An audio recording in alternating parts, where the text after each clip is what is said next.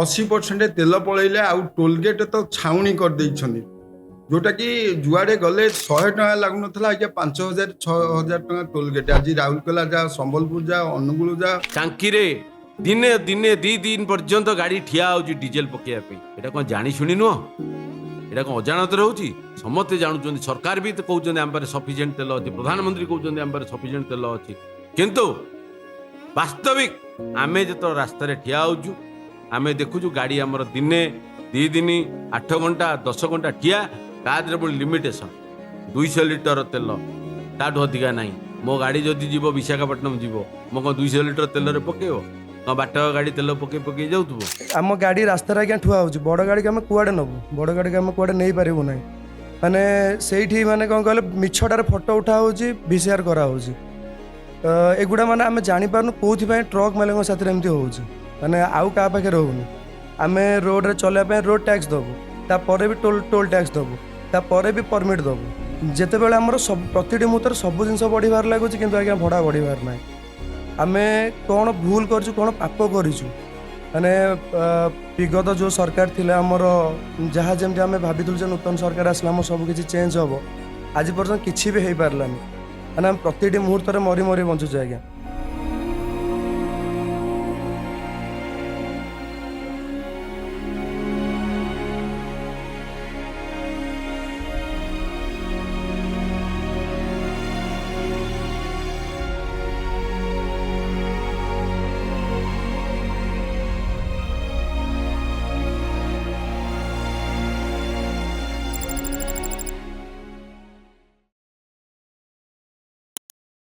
देश में पाखापाखि 95 लक्ष ट्रक गड़ुची ए मध्यरु जहाँ किछि दिन तले गोटे गणमाध्यम रे खबर प्रकाश पाइथिला ये जो 95 लक्ष ट्रक मध्यरु 19 लक्ष ट्रक माने पाखापाखि 20% ट्रक अचल हो पड़ी। नाई ना आज्ञा ट्रक खराब हैनी बरं वर्धित तेल रेट एवं वर्धित भड़ा को नहीं जो ट्रक मालिक माने अछंती से माने विभिन्न प्रकार हैरान हरकत होउचंती किए ईएमआई दे पाउनी कहा को भड़ा मिलूनी तो आउ किए गाड़ी को मेंटेनेंस करि पारुनी एभली समस्या देकी आम राज्य रे थिबा लक्ष लक्ष ट्रक ओनर माने मध्य हैरान होउचंती जहाकु नेकी किछि मास तळे आमे गोटे खबर प्रकाश करथिलु एवं आपण मानकर बहुत समर्थन मिलथिला पाखापाखि 5 लाख रु ऊर्ध्व व्यू से वीडियो रे जाइथिला। आज पुणी थरे एई तातुथुबा खरारे माने आज तो मत जहाँ लगुच आज्ञा भुवनेश्वर रे 43-44 डिग्री खरा थी से खरारे आज पुणी थे आम से ट्रक मालिक मान सहित देखा हाँपी आसीचु एवं आपण को सहित एक स्वतंत्र साक्षात्कार रे निहाती भाव में समस्या विषय आम अवगत करेबू। आशा करुचु कि राज्य सरकार ट्रक मालिक जो भाई माने अछंती जो मालिकाणी भौणी मैंने अच्छा समस्या कथा बुझे एवं तांकु सहयोग हाथ बढ़ेबे। आसतु जानिबा ए ट्रक मालिक माने ट्रक व्यवसाय विषय रे कौन निजर मतामत दौच। गणेश महारी निखिल ओडिशा मिनी ट्रक मालिक महासंघर राज्य सभापति। प्रथम कहू आम गाड़ी मालिक मानकर हाहाकार सृष्टि करिछि प्रत्येक जिनिस आम उपरे बोझ उपरे नलिता बिड़ा नदिला बिड़ा चली कहीं तेलर रेट बोधे 15 दिन भितर 10 टंका रु 11 टंका बढ़ी जाइए खाली तेल नहीं तार गोटे आडब्लू लगुच जोटा कि 1000-1200 टका लगुला सी भी 2000 टका लगुच से बोधे जनसाधारण जापार ना आमर मालबाही गाड़ी एमती गोटे गाड़ी से गाड़ी चलिले आम देशर गोटे सैनिक भाया कम करुचु जदि समस्ते भलरे बुझीपारे कहीं मालबाही गाड़ी चलिए पनीपरिया माछ अंडा मेडिसिन पानी प्रत्येक जिनिस गोटे राज्य गोटे राज्य को भी नवा आनिया करुचु। आज जदि गोटे दिन परिवा गाड़ी बंद हो मार्केट परिवा मिलबनी माछ गाड़ी बंद हो माछ मिलबनी मेडिसिन यदि टाइम रे विभिन्न मेडिकल न पहुँचब से लोक रोगी मैंने मेडिसिन पाइबेनि किंतु आम प्रति सरकार अवहेला करें जानूँ जेते राताराति भावुं आम उपर बोझ न दूसरी किंतु आमर सुविधा कौन देखुना सरकार जो निज सीटा को बजाय रखापी जो पैसा बांटिकी से टंका को फोपाड़ी से काम ତାଙ୍କ ସିଟ୍ ହାସଲ କରୁଛନ୍ତି। ଆମେ କାହାର କୋଉ ଦଳ ନୁହଁ, ଆମେ ହେଲୁ ଟ୍ରକ୍ ବାଲା, ଆମେ ଗୋଟେ ସଂଘର ସଭାପତି ହିସାବରେ ଆମେ ଏତିକି କହୁଛୁ। କର ତମ ସୁବିଧା କର, କିନ୍ତୁ ଯୋଉମାନେ ସାରା ଓଡ଼ିଶାବାସୀଙ୍କ ପାଇଁ ସେବା କରୁଛନ୍ତି, କାମ କରୁଛନ୍ତି, ଆପଣଙ୍କ ଯେତେବେଳେ ବନ୍ୟା ବାତ୍ୟା ହେଉଛି ରାତି ଅଧରେ ସମସ୍ତେ ଶୋଇଥିବା ଅବସ୍ଥାରେ ଆମେ ଯାଇକିରି ସେ ଝଡ଼ ତୋଫାନେ କାମ କରୁଛୁ, ଯେତେବେଳେ ଇଲେକ୍ସନ ହେଉଛି ସେତେବେଳେ ମଧ୍ୟ ତମ ପାଖରେ ଠିଆ ହେଇ କାମ କରୁଛୁ। ସେ ସବୁକୁ ଚିନ୍ତା କରି ସରକାର ଆମର କୌଣସି ସୁବିଧା ଏପର୍ଯ୍ୟନ୍ତ ଦେଇନାହାନ୍ତି। ପ୍ରଥମ ହେଲା ତେଲଟା ବଢ଼ିଛି, ଯେମିତି ଆପଣ ଗୋଟେ ତେଲ ବଢ଼ିଲେ ବସ୍ର କିଛି ଭଡ଼ା ବଢ଼ୁଛି, ତେଲ ଯେତେବେଳେ ଟଙ୍କେ 2 ଟଙ୍କା ନାହିଁ, ଯଦି 10 ଟଙ୍କା 12 ଟଙ୍କା 92 ଟଙ୍କାକୁ 101 102 ଟଙ୍କା ହେଲା, ତାହେଲେ ସରକାର କ'ଣ ଥରେ ଚିନ୍ତା କରିବା କଥା ନୁହଁ? ଆଜି ଗୋଟେ ସ୍ମାର୍ଟ ସିଟି ହେଇଛି, ସରକାର କ'ଣ ଚିନ୍ତା କରିବା କଥା ନୁହଁ ଯେ ଟ୍ରକ୍ ମାନେ କୋଉଠି ଠିଆ କରିବେ? ଆପଣ ସମସ୍ତେ ଜାଣନ୍ତୁ, ଜନସାଧାରଣଙ୍କୁ ଜଣାନ୍ତୁ ଯେ ଆମେ କ'ଣ ଆପଣଙ୍କର ସେବା କରୁନୁ, ଜନସାଧାରଣଙ୍କ ସେବା କରୁନୁ। ଆଜି ଆପଣ ପୁଅଟେ ଝିଅଟେ ବାହାର କଲେ ବି ଆମ ଗାଡ଼ିରେ ଫର୍ଣ୍ଣିଚର ଜିନିଷ ନେଉଛନ୍ତି, ଆପଣ ଟିଭି ଫ୍ରିଜ୍ ନେଉଛନ୍ତି, ପ୍ରତ୍ୟେକ କାମରେ ଆମେ ସାହାଯ୍ୟ କରୁଛୁ, ଆମେ ପଇସା ନେଲେ ବି ଆମେ ସେବା କରୁଛୁ। ଆଉ କ'ଣ ଏ କରୁଛୁ? କିନ୍ତୁ ବର୍ତ୍ତମାନ ଗାଡ଼ି ମାଲିକମାନେ ସୁଇସାଇଡ୍ କଲନ୍ତି। ଯେଉଁ ତେଲ ରେଟ୍ ବଢ଼ିଗଲା, ତେଲ ରେଟ୍ ବଢ଼ିବା ଦ୍ୱାରା ଆମର ଗାଡ଼ି ଠିକ୍ ଚାଲୁନି, ଯାହା ଇନକମ୍ ହେଉଛି ସେଥିରୁ 80% ତେଲ ପଳେଇଲେ, ଆଉ ଟୋଲଗେଟ୍ ତ ଛାଉଣି କରିଦେଇଛନ୍ତି, ଯୋଉଟାକି ଯୁଆଡ଼େ ଗଲେ 100 ଟଙ୍କା ଲାଗୁନଥିଲା, ଆଜ୍ଞା 5000 6000 ଟଙ୍କା ଟୋଲଗେଟ୍। ଆଜି ରାଉରକେଲା ଯାଅ, ସମ୍ବଲପୁର ଯାଅ, ଅନୁଗୁଳ ଯାଅ, ପୁରୀ ଯାଅ, ବୌଦ୍ଧ ଯାଅ, ଯୁଆଡ଼େ ଗଲେ ତେଲର ରେଟ୍ ବହୁତ ରହିଛି। ସେଥିପାଇଁ ଆମେ ଆପଣଙ୍କ ଜରିଆରେ ସରକାରକୁ ଅନୁରୋଧ କରୁଛୁ, ଏହାର ଗଭୀର ଚିନ୍ତା କରି ଆମ ଗାଡ଼ି ମାଲିକକୁ ସେଭ୍ କରନ୍ତୁ। ୟାଦ୍ୱାରା ଖାଲି ଗାଡ଼ି ମାଲିକ ସେଭ୍ ହେବେନି, ସାରା ରାଜ୍ୟବାସୀ ମଧ୍ୟ ଏଥିରେ ସେଭ୍ ହେବେ, କାହିଁକିନା ଆମ ଗାଡ଼ି ଯଦି ଆମେ ଭଲରେ ଚଲେଇବୁ ସେମାନେ ବି ଉପକୃତ ହେବେ। ଆମେ ପୁରଞ୍ଜନ ବାବୁଙ୍କ ପାଖକୁ ଆସିବା। ପୁରଞ୍ଜନ ବାବୁଙ୍କ ସହିତ ଆମେ ବହୁତ ଲମ୍ବା ଡିସ୍କସନ୍ ଆଜ୍ଞା ଆମେ ଗତଥର କରିଥିଲୁ। ଆପଣ ବିଭିନ୍ନ ସମସ୍ୟା ବିଷୟରେ ଜନସାଧାରଣଙ୍କୁ ଜଣାଇଥିଲେ, ଆପଣଙ୍କୁ ବହୁତ ଆକାରରେ ସମର୍ଥନ ମଧ୍ୟ ମିଳିଥିଲା। ମୂଳ ଇସ୍ୟୁ ହେଲା, ମୁଁ ଗୋଟେ ଆଜ୍ଞା ଗଣମାଧ୍ୟମର ଗୋଟେ ଖବର ମୁଁ ପଢ଼ୁଥିଲି, ଯେଉଁ ଫ୍ଲିଟ୍ ଓନର୍ସ ମାନେ ଅଛନ୍ତି ସେମାନେ କ'ଣ କରୁଛନ୍ତି ନା, ତାଙ୍କ ପାଇଁ ସରକାର ସୁବିଧା କରିଛନ୍ତି ବଲ୍କ ଡିଜେଲ ଦେବା ପାଇଁ, ଯେଉଁଟାକି ବୋଧହୁଏ ଆପଣମାନଙ୍କ ପାଖେ ନଥିବ, ଛୋଟ ଛୋଟ ଓନର୍ସମାନଙ୍କ ପାଖେ ନଥିବ, ଯେଉଁମାନଙ୍କର 2ଟା 3ଟା 4ଟା ଗାଡ଼ି ଅଛି। ତ ସେମାନେ କ'ଣ କରୁଛନ୍ତି ନା, ଯେହେତୁ ତାଙ୍କୁ ଅଧିକ ରେଟ୍ରେ, ଏକରେ ସରକାର ରେଟ୍ ବଢ଼ାଉଛନ୍ତି, ଦ୍ୱିତୀୟରେ ଆପଣଙ୍କ ସେଇଠି ତାଙ୍କୁ ଅଧିକରେ କିଣିବାକୁ ପଡ଼ୁଛି, ତ ସେମାନେ ଆସିକି ଟାଙ୍କିରେ ଭିଡ଼ କରୁଛନ୍ତି। ମଝିରେ ଯେଉଁ ତେଲ ସମସ୍ୟା ହେଇଥିଲା, ଆପଣମାନେ ସେତେବେଳେ କ'ଣ କ'ଣ ସମସ୍ୟାର ସମ୍ମୁଖୀନ ହେଲେ ଏବଂ ତାକୁ କେମିତି ଆପଣ ମୁକାବିଲା କଲେ? ଏବେ ବର୍ତ୍ତମାନର ପରିସ୍ଥିତି କ'ଣ ଅଛି ଡିଜେଲକୁ ନେଇ? ଦେଖନ୍ତୁ, ବର୍ତ୍ତମାନ ସାମ୍ପ୍ରତିକ ପରିସ୍ଥିତିରେ ଟ୍ରକ୍ ମାଲିକ ବହୁତ ଆର୍ଥିକ ମେରୁଦଣ୍ଡ ଭାଙ୍ଗି ଯାଇଛି। ପରିବାର ଅଶାନ୍ତି, ଘରେ ଔଷଧ କିଣି ଖାଇବାକୁ ଦେବାକୁ ପଇସା ନାହିଁ, ଘର ପିଲାଙ୍କୁ ପାଠ ପଢ଼ାଇବା ପାଇଁ ସକ୍ଷମ ନାହାନ୍ତି ଟ୍ରକ୍ ମାଲିକ। ଯେତେବେଳେ ଟ୍ରକ୍ ମାଲିକ ଗୋଟେ ଜମିଦାର ବୋଲି କହୁଥିଲେ, ଆଜି ସେ ପରିଚୟ ଏ ସରକାରରେ ଆଜି ହଜିଯାଇଛି। ଡିଜେଲ ଗୋଟେ ସ୍କାମ୍। ଏ ସରକାର ବି ଆସିବା ପୂର୍ବରୁ କହୁଥିଲେ GST ହଟେଇ ଦିଅ, ଡିଜେଲ ରେଟ୍ କମିଯିବ। ଯଦି ଠିକ୍ ଅଛି, ଆମେ ପ୍ରତ୍ୟେକ କ୍ଷେତ୍ରରେ ଆମେ ଗୋଟେ ଭାରତ, ଉତ୍ତମ ଭାରତୀୟ, ଆମ ଦେଶର କୌଣସି ପ୍ରକାର ସଙ୍କଟ ମୁହୂର୍ତ୍ତରେ ଟ୍ରକ୍ ମାଲିକମାନେ ଆଗ ଠିଆ ହେଇଛନ୍ତି। ସବୁଠି ଯୁଦ୍ଧରେ ଗାଡ଼ି ମାଗଣା ଯୋଗାଇବା ହଉ, କି କୌଣସି ଗୋଟେ ପ୍ରାକୃତିକ ବିପର୍ଯ୍ୟୟ ଘଟିଲେ ବି ଗାଡ଼ି ଦେବାରେ ହଉ, ଗାଡ଼ି ମାଲିକମାନେ, ଗାଡ଼ିର ଡ୍ରାଇଭରମାନେ, ସମସ୍ତେ ଲକ୍ଷ ଲକ୍ଷ, ଗୋଟେ ଗାଡ଼ି ସହିତ 10-10ଟା ପରିବାର ଇନଭଲ୍ଭ ହେଉଛନ୍ତି। ଆଜି ଯଦି 5 ଲକ୍ଷ ଗାଡ଼ି ଯଦି ଭୁବନେଶ୍ୱର ଓଡ଼ିଶାରେ ଚାଲିଛି, ତାମାନେ ଆପଣଙ୍କର 50 ଲକ୍ଷ ଲୋକ ଡାଇରେକ୍ଟ ଇନଡାଇରେକ୍ଟ ତା ଦେହରେ ଇନଭଲ୍ଭ ଅଛି।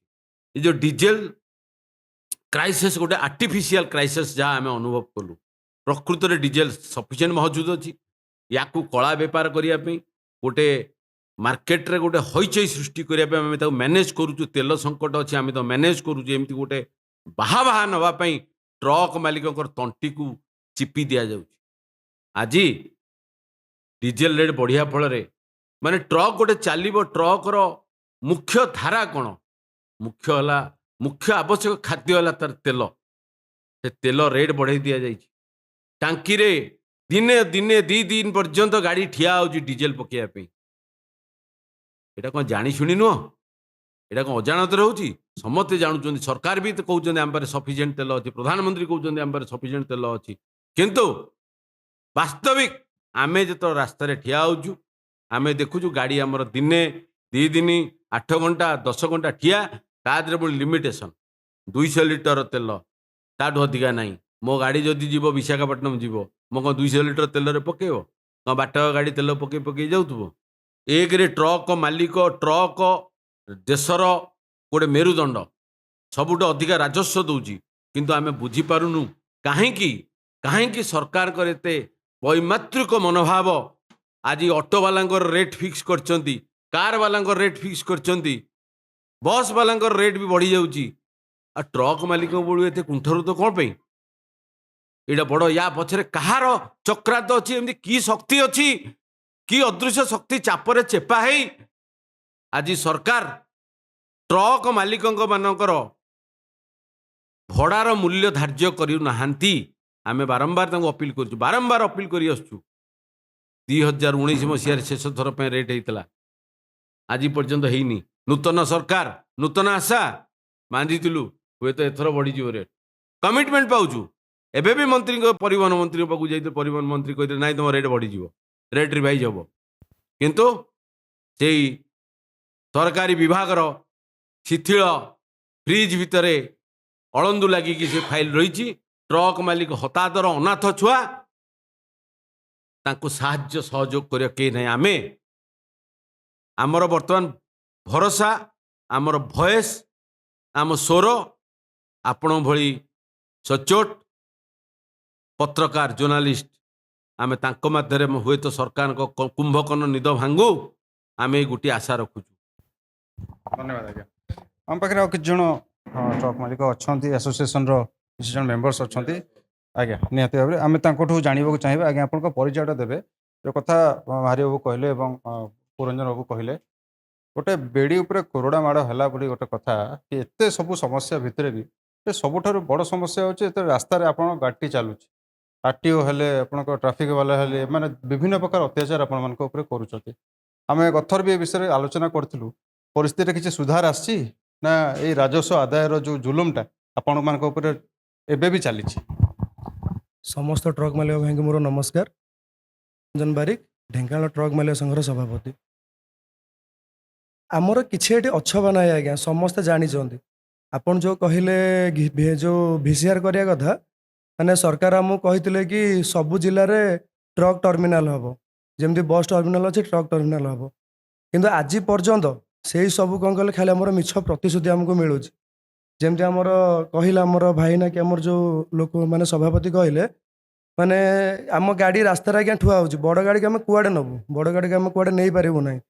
ମାନେ ସେଇଠି ମାନେ କ'ଣ କହିଲେ ମିଛଟାରେ ଫଟୋ ଉଠା ହେଉଛି, VCR କରାହେଉଛି। ଏଗୁଡ଼ା ମାନେ ଆମେ ଜାଣିପାରୁନୁ କେଉଁଥିପାଇଁ ଟ୍ରକ୍ ମାଲିକଙ୍କ ସାଥିରେ ଏମିତି ହେଉଛି, ମାନେ ଆଉ କାହା ପାଖରେ ରହୁନି। ଆମେ ରୋଡ଼ରେ ଚଲେଇବା ପାଇଁ ରୋଡ଼ ଟ୍ୟାକ୍ସ ଦେବୁ, ତାପରେ ବି ଟୋଲ୍ ଟ୍ୟାକ୍ସ ଦେବୁ, ତାପରେ ବି ପରମିଟ୍ ଦେବୁ। ଯେତେବେଳେ ଆମର ସବୁ ପ୍ରତିଟି ମୁହୂର୍ତ୍ତରେ ସବୁ ଜିନିଷ ବଢ଼ିବାର ଲାଗୁଛି, କିନ୍ତୁ ଆଜ୍ଞା ଭଡ଼ା ବଢ଼ିବାର ନାହିଁ। ଆମେ କ'ଣ ଭୁଲ କରିଛୁ, କ'ଣ ପାପ କରିଛୁ? ମାନେ ବିଗତ ଯେଉଁ ସରକାର ଥିଲା ଆମର, ଯାହା ଯେମିତି ଆମେ ଭାବିଥିଲୁ ଯେ ନୂତନ ସରକାର ଆସିଲା ଆମର ସବୁ କିଛି ଚେଞ୍ଜ ହେବ, ଆଜି ପର୍ଯ୍ୟନ୍ତ କିଛି ବି ହେଇପାରିଲାନି। ମାନେ ଆମେ ପ୍ରତିଟି ମୁହୂର୍ତ୍ତରେ ମରି ମରି ବଞ୍ଚୁଛୁ ଆଜ୍ଞା। ଫାଇନାନ୍ସ ବାଲା ଘର ଆଗରେ ବସୁଛନ୍ତି। ମାନେ ଆମେ ଗାଡ଼ି କରିଛୁ, 10ଟା ପରିବାର ଚଳଉଛୁ, କିନ୍ତୁ ନିଜ ପରିବାର ଆଜ୍ଞା ଆମେ ଚଳେଇ ପାରୁନୁ। ଡ୍ରାଇଭରକୁ ଠିକ୍ ସେ ଦରମା ବି ଆମେ ଦେଇପାରୁନୁ। ପ୍ରତିଟି ଗାଡ଼ି ଆମର ଟଣା ହେବାର ଲାଗିଛି, ଗାଡ଼ି ସଂଖ୍ୟା କମିବାର ଲାଗିଛି। କିନ୍ତୁ ଭଡ଼ା କଥା ଯେଉଁ ଆଜ୍ଞା ଆପଣ କହିଲେ, ମୁଁ ଆପଣଙ୍କୁ ଯଦି 5-7 ବର୍ଷ ତଳ କଥା ମନେ ପକେଇବି, ଧରିନିଅନ୍ତୁ 80-85 ଟଙ୍କା ତେଲ ଚାଲିଥିଲା, ଏବେ 110 ହେଇଗଲା। ତ ଏଇ 20 ଟଙ୍କା ଯେଉଁ ଭଡ଼ାରେ ଆପଣଙ୍କର, ଯେଉଁ ତେଲରେ ଆପଣଙ୍କ ଫରକ ପଡ଼ିଲା, ଭଡ଼ାରେ ଆଜ୍ଞା କେତେ ଫରକ ପଡ଼ିଲା? କିଛି ନାହିଁ ଆଜ୍ଞା, ଆମେ ସେତେବେଳେ ସବୁ ରେଟ୍ର କମ୍ ଥିଲା, ସେଇ ସମୟରେ ଯେତିକି ଭଡ଼ା ପାଉଥିଲୁ। ବର୍ତ୍ତମାନ ସବୁ ରେଟ୍ ବଢ଼ିଲା, ସବୁ ରେଟ୍ ବଢ଼ିଲା ପରେ, ତେଲ ରେଟ୍ ବଢ଼ିଲା ପରେ ଖାଉଟି ଜିନିଷ ବଢ଼ୁଛି, ସବୁ ବଢ଼ିଲା ପରେ ମଧ୍ୟ ଭଡ଼ା କମିବାର ଲାଗିଛି। କେଉଁ ଦିନ ଆଜ୍ଞା ଭଡ଼ା ବଢ଼ିବାର ନାହିଁ, କିଛି ପରସେଣ୍ଟେଜ କିଛି ଆଜ୍ଞା 1% ବଢ଼ିବାର ନାହିଁ। ତାପରେ ସରକାରଙ୍କର ଯେଉଁ ରେଟ୍ ଅଛି, ସେ ରେଟ୍ ବି ମାନେ ଆଜିକା ଡେଟ୍ରେ ବି ଲାଗୁ ହେଉନି। ଯେଉଁ ଆପଣ 2019 ମସିହାରେ କହିଲେ, ସେଇ ରେଟ୍ ବି ଆଜି ପର୍ଯ୍ୟନ୍ତ ଆମ ମାନେ ଟ୍ରକ୍ ମାଲିକ ମାନେ ସେତିକି ରେଟ୍ ବି ଆମେ ପାଇପାରୁନୁ। ଏ ଯେଉଁ ନୂଆ ଗାଡ଼ି ଆପଣ ଆଣିବେ, ଡାଲା ଯେତେବେଳେ ଆପଣ ବନାଉଛନ୍ତି, କିଛି ନିୟମାବଳୀ ରହୁଛି କି? ପରବର୍ତ୍ତୀ ମୁହୂର୍ତ୍ତରେ ଆମେ ଶୁଣୁଥିଲୁ କି ଡାଲାକୁ ନେଇକି ପୁଣି ଫାଇନ୍ ଚାଲାଣ କରାଯାଉଛି, ଇଏ ସେ କ'ଣ ଏମିତି? ବର୍ତ୍ତମାନ କହିଛି, ରାତାରାତି ସରକାରଙ୍କର ଗୋଟେ ଗୋଟେ ନିୟମ ବାହାର କରୁଛନ୍ତି। ନୂଆ ଗାଡ଼ି ଆଣିଲେ ତାର ଫୁଲ୍ ବଡ଼ି ରହୁଛି, ଯେଉଁମାନଙ୍କର ହାଫ୍ ବଡ଼ି ରହିଛି ସେଟା ସେମିତି କେବେ ବି ନଥିଲା। ଯଦି ଆମର ଓପନ୍ ବଡ଼ି ଲେଖା ହେଉଛି, ଓପନ୍ ବଡ଼ି ମାନେ ମାନେ ଖୋଲା ରହିବ ଉପରଟା, ପଛଟା ଖାଲି ରହିବ, ଦି ସାଇଡ୍ କଭରେଜ ରହିବ। ଯଦି ହାଫ୍ ଡାଲା ରହୁଛି ସେଥିରେ କ'ଣ ଅସୁବିଧା ହେଉଛି, ଆପଣ ଯଦି ସାମାନ ଯାଉଛି ଯଦି ଫୁଟେ ହାଇଲା ଦି ସାଇଡ଼ରେ ରହୁଛି ତାହେଲେ ସେ ବାଟରେ ଗଳି ପଡ଼ିବାର ବହୁତ ସମ୍ଭାବନା ରହୁଛି। ଯଦି 5 ଫୁଟ ଦି ସାଇଡ଼ରେ ରହୁଛି ହାଇଟ୍, ଯୋଉଟାକି ସେ ସାମାନଟା ସୁରକ୍ଷିତ ରହୁଛି, ସେଥିପାଇଁ ସେଇଟା ଆମ ଡାଲା ଯେଉଁମାନେ ଆଣନ୍ତି ସେ 40ରୁ 50,000 ଖର୍ଚ୍ଚ କରି ସେଟା କରନ୍ତି। ସେଟା ଆଜି ନାହିଁ, ପୁରା ସାରା ଆମେ ଆମ ଛୁଆବେଳୁ ଆମ ଗାଡ଼ି ଲାଇନରେ ପଶିବା ହେଲାଣି 25-30 ବର୍ଷ।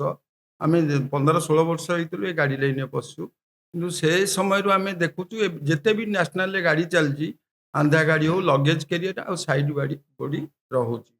କିନ୍ତୁ ଏବେ କ'ଣ ସରକାର କହୁଛନ୍ତି ତାକୁ କାଟିକିରି ଆଣ, ଯେଉଁମାନେ ଅଛନ୍ତି ପଦପଦବୀରେ ଫିଟନେସ୍ ଦବୁନି। ବର୍ତ୍ତମାନ ଗାଡ଼ି ହଜାର ହଜାର ଗାଡ଼ି ଠିଆ ହେଲାଣି, ଗାଡ଼ି ମାଲିକ ମାନେ କାନ୍ଦିଲନ୍ତି, ଏଗୁଡ଼ା ସବୁ କହିଲେ 2 ଘଣ୍ଟା ଚାଲିଯିବ, ଆପଣଙ୍କର ସମୟ ମିଳିବନି। ସେଥିପାଇଁ ଗୋଟେ କାନ୍ଦୁଛନ୍ତି ଯେ କି ସରକାର ବିଜେପି ସରକାର ଆସିଲା, ଆମେ ଖୁସି ହେଲୁ, ଆଗକୁ ଗାଡ଼ିବାଲା ବୋଧେ ଆମକୁ ଗୋଟେ ଭଲ ସୁଯୋଗ ଦେବେ। କିନ୍ତୁ ଦିନକୁ ଦିନ ସୁଯୋଗ ଜାଗାରେ ଗାଡ଼ି ମାଲିକଙ୍କର ଘଣ୍ଟିକା ଚପି ଯେମିତି ରକ୍ତ ପିଅନ୍ତି ସେଭଳିଆ କରୁଛନ୍ତି। ଗାଡ଼ି ବର୍ତ୍ତମାନ ଏବେ ସମ୍ବଲପୁରରେ ଆରଟି ଅଫିସ ଘେରାଉ କରିଥିଲେ, ସେ ଆମ ନିଖିଳ ଓଡ଼ିଶା ମହାସଂଘର ଜଡ଼ିତ ଆମର ସେମାନେ, ଆମେ ବି ୟା ଭିତରେ କରିଛୁ। ସାରା ଜିଲ୍ଲା 30 ଜିଲ୍ଲାକୁ ନେଇକିରି ଆମେ ଏ ବିଷୟରେ ଗୋଟେ ବଡ଼ ଆକାର ଆନ୍ଦୋଳନ ହେବାର, ଯଦି ସରକାର ନ ବୁଝିବେ କରାଯିବ। ତା ସହିତ ଗାଡ଼ି ମାଲିକ ତ ସମସ୍ତେ ଅଛନ୍ତି, ବଡ଼ ଟ୍ରକ୍, ମିନି ଟ୍ରକ୍, ଯେତେ ମାଲବାହୀ ଗାଡ଼ି ଅଛନ୍ତି ସମସ୍ତେ ଏକଜୁଟ ହେବାକୁ ଆମର ପ୍ରସ୍ତାବ ରହିଛି।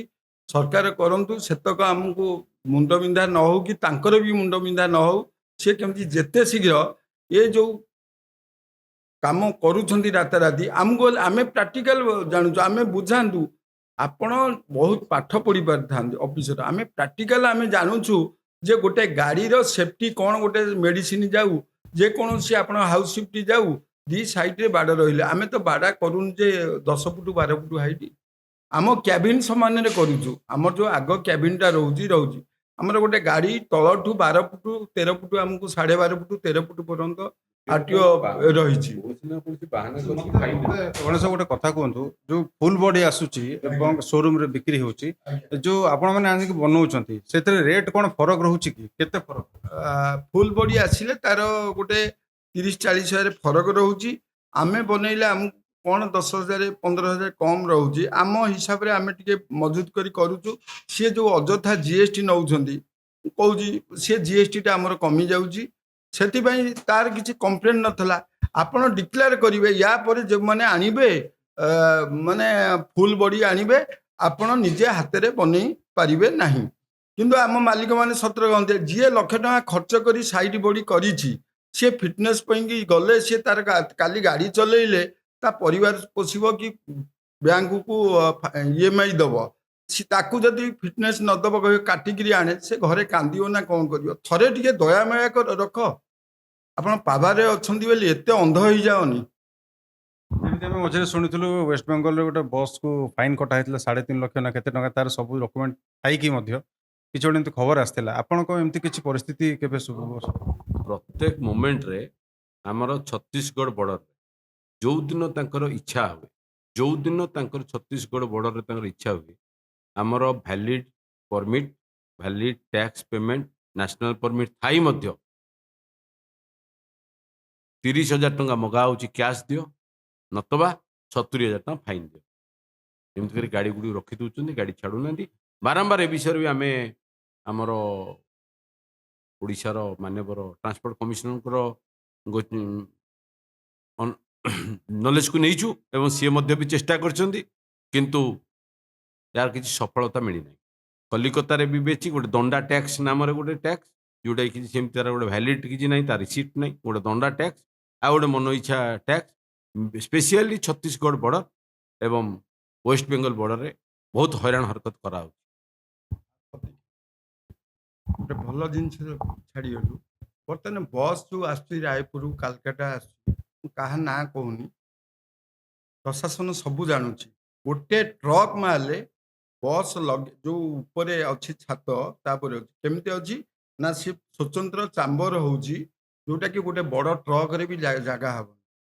ଖାଲି ଏକମାତ୍ର ମାଲ ବସ୍ ନା, ବସ୍ ପରମିଟ୍, କିନ୍ତୁ ମାଲ ପରିବହନ ହେଉଛି। ନଜର ଆମେ ଏବେ ଟିସି ସାହେବଙ୍କୁ ଦେଖା ହେଇଛୁ, କହିଛୁ ଯେ ଦେଖନ୍ତୁ ଆମ ଦାନା ପାଣି ସେ ମାରିବେ। ଆମେ ଯଦି ଦିଟା ଲୋକ ବସେଇକି ଯାଉଛୁ ଲେବର ଯାହାର ଗୋଟେ ମାଲ ଲୋଡ ହଉଛି ତାକୁ ଦିଟା ଲୋକ ଦରକାର ଖାଲି ହବ ସେ ତ ନିଜେ ଖାଲି କରିବନି କି ଟ୍ରକଟେ ନେଲେ ଦିଟା ଲୋକ ପାଇଁ ତ ଆମେ ଟ୍ୟାକ୍ସି ନେବୁନି କି ଅଟୋ ସାଙ୍ଗରେ ଧରିକି ଯିବୁନି। ଆମ ଦିଟା ଲୋକ ନେଇଗଲେ ଯଦି ଆମ ଫିଟନେସ୍ କ୍ୟାନସଲ ହେଇଯାଉଛି ଆମ ନମ୍ବର କ୍ୟାନସଲ ହେଇଯାଉଛି ତାହେଲେ ଯେଉଁମାନେ ପାସେଞ୍ଜର ଜାଗାରେ ଗୋଟେ ଗୋଟେ ଟ୍ରକ୍ ଗୋଟେ ରାଜ୍ୟରୁ ଗୋଟେ ରାଜ୍ୟ ଆଣୁଛନ୍ତି ସେ ଆମରି ଭାଇମାନଙ୍କର ଆମରି ଦାନା ମାରୁଛନ୍ତି। ବାଟରେ କ'ଣ କେହି ଦେଖିପାରୁନାହାନ୍ତି? ବସ୍ ପୁଣି ଉପରେ ମାଲ ରହୁଛି ଉପରେ ଉପରେ ପୁରା ମାରୁଛି କ'ଣ ବାହାର ଯୋଉ ଜିଲ୍ଲା ୱାଇଜ ଯୋଉ ଆରଟିଓ ଅଛନ୍ତି ତାଙ୍କ ନଜର ଦେଖାଉନି ନଜର ପଡୁନି। ଏମଭିଆଇ ମାନଙ୍କ ସବୁ ନଜର ଜାଣିକିରି ଆସୁନି ସେ ସବୁ ସବୁ ଜାଣିକି ଏଇଟା ମିଲି ଭଗତ ହଁ ଏଇଟା ଉପରେ ଆପଣ ବଡ଼ ଫୋକସ୍ ଦିଅନ୍ତୁ। ରାୟପୁର କାଲକାଟା ଯେତେ ଆସୁଛି ଟ୍ରକ୍ ମାଲିକ ତା ଭିତରେ ଆସୁଛି ଖାଲି ନାଁକୁ ସେଇଟା ବସ୍ ଚାଲିଛି କିନ୍ତୁ ସେ ମାଲବାହୀ ଟ୍ରକ୍ ଚାଲିଛି। ପୁରା ତା ଭିତରେ ପଶିଗଲେ ଆପଣ ଯୋଉ ଛାତ ଉପରୁ ଚଢ଼ିଗଲେ ଆପଣ ଦେଖାଯିବେନି। ପୁରା ଅଣ୍ଡରଗ୍ରାଉଣ୍ଡ ଘର ହେଇଛି ମାନେ ମାଲ ବୋହିବା ପାଇଁ ଯୋଉ କାମ ପାଇଁ ଆପଣ 5,000 ନେଇଥାନ୍ତି ସେଟା 500 ଟଙ୍କାରେ ହଉଛି। 500 ନାଇଁ ଟଙ୍କାରେ ନାଇଁ ମୁଖ୍ୟ ହଉଛି। କଥା ଦାଦା ଜିଏସଟି ଫାଙ୍କିବା ପାଇଁ GST ଜିଏସଟି ଫାଙ୍କିବା ପାଇଁ କିଛି ନାହିଁ। GST ଭଡା ଫାଙ୍କିବା ମୂଲ୍ୟ ପାଇଁ। ତାଙ୍କୁ କିଛି ଫରକ ପଡୁନି କେବଳ ଜିଏସଟି ଫାଙ୍କିବା ପାଇଁ ଇଏ ମୁଁ ହେଲା ଏତକ ଗୋଟେ କହିଲି ବହୁତ ଲୋକ ମୋର ଶତ୍ରୁ ହେଇଯିବେ କିନ୍ତୁ ଏଇଟା ପ୍ରଶାସନ ଜାଣୁଛି ବସ୍ ମାଲିକ ଜାଣୁଛନ୍ତି ଟ୍ରକ୍ ମାଲିକ ଯଦି ଜାଣୁଛନ୍ତି ଯେ ଜାଗାରେ ଯିଏ ତାଙ୍କ ଭିତରେ ରହୁଛି। ଆଜି ଆପଣଙ୍କ ଜରିଆରେ ଏଇଟାକୁ ଜଣାନ୍ତୁ ଆମେ ଟିସି ସାହେବକୁ ଏ ବିଷୟରେ କହିଛୁ ଆଉ ସିଏ କହିଛନ୍ତି ଯେତେ ଶୀଘ୍ର ଆମେ ଦେଖିବୁ ଯେଉଁମାନେ ଆମର ରାସ୍ତାରେ ଅମିଡ଼ି ଇନ୍ସପେକ୍ଟର ଅଛନ୍ତି ତାଙ୍କୁ ଦାୟିତ୍ୱ ଦେବୁ ଯେ ଆମେ ଦେଖୁଛୁ କିଛି ସଫଳ ହେଇନି ଏ ଯିବା ଆମର ବୋଧେ ମାସେ ପାଖାପାଖି ହେଇଗଲା ବର୍ତ୍ତମାନ ସେମିତି ବସ୍ରେ ମାଲ ବୁହା ହେଉଛି ଟ୍ରକ୍ ମାଲ ଆସୁ ଜେନ୍ୟୁନ୍ କଥା କହିଲେ ଯୋଉ କିଛିଟା ଗୁରୁତ୍ୱପୂର୍ଣ୍ଣ ବିଷୟବସ୍ତୁ ବିଷୟରେ ଆମେ ଆଲୋଚନା ଆଜ୍ଞା କଲୁ ସେଟା ଆପଣ ନିତ୍ୟଦିନ ଭାବେ ଦେଖିବାକୁ ପାଉଥିବେ। ଆପଣ ଗୋଟେ ସାଧାରଣ ଯାତ୍ରୀ କାହିଁ ନ ହେଇଥାନ୍ତୁ ଆପଣ ଦେଖିଥିବେ କି ବସ୍ରେ ଲୋକ କମ୍ ଏବଂ ମାଲ ଅଧିକ ବୁହା ହେଉଛି ଗୋଟେ ବହୁତ ଭ୍ୟାଲିଡ୍ ଜିନିଷ। ଏଇ ଜିନିଷଟା ଆଜିର କଥା ନୁହଁ ଏଇଟା ବର୍ଷ ବର୍ଷ ହେଲାଣି ଚାଲି ଆସିଛି ଆଉ ଏଥିଯୋଗୁଁ ଏ ଭାଇମାନେ ଆମର ଲସ୍ ହେଉଛନ୍ତି। ଯେଉଁ କାମକୁ ଯିଏ କରିବା କଥା ଯଦି ସିଏ ସେ କାମଟା ନ କରେ ଅନ୍ୟ ବାଟରେ ତାକୁ ଫାଙ୍କିବାକୁ ସୁଯୋଗ ଦିଆଯାଏ ତାହେଲେ ଏଥିପାଇଁ ଆଜ୍ଞା କିଏ ଦାୟୀ? ସେ ଡିଜେଲ ସମସ୍ୟା ହଉ ଦରଦାମ ହଉ ଟ୍ରକ୍ ଭାଇମାନଙ୍କର ଆରଟିଓ ଟ୍ରକ୍ ଭାଇମାନଙ୍କ ଉପରେ ଆରଟିଓ ଦ୍ୱାରା କରାଯାଉଥିବା ଜୁଲୁମ ହଉ ବିଭିନ୍ନ କଥାକୁ ନେଇକି ଆଜିର ଆଲୋଚନା ବିଷୟରେ ଆପଣଙ୍କ ମତାମତ କ'ଣ ସେଟା ଆମକୁ କମେଣ୍ଟ ବକ୍ସରେ ନିହାତି ଜଣାଇବେ। ଚ୍ୟାନେଲକୁ ସବସ୍କ୍ରାଇବ୍ କରିବେ। ଏଭଳି ପବ୍ଲିକ୍ ଇଣ୍ଟରେଷ୍ଟ ଇସ୍ୟୁ ଆମେ ନିହାତି ଭାବରେ ଆପଣଙ୍କ ନିମନ୍ତେ ଆମ ଚ୍ୟାନେଲରେ ଆଣୁଥିବୁ।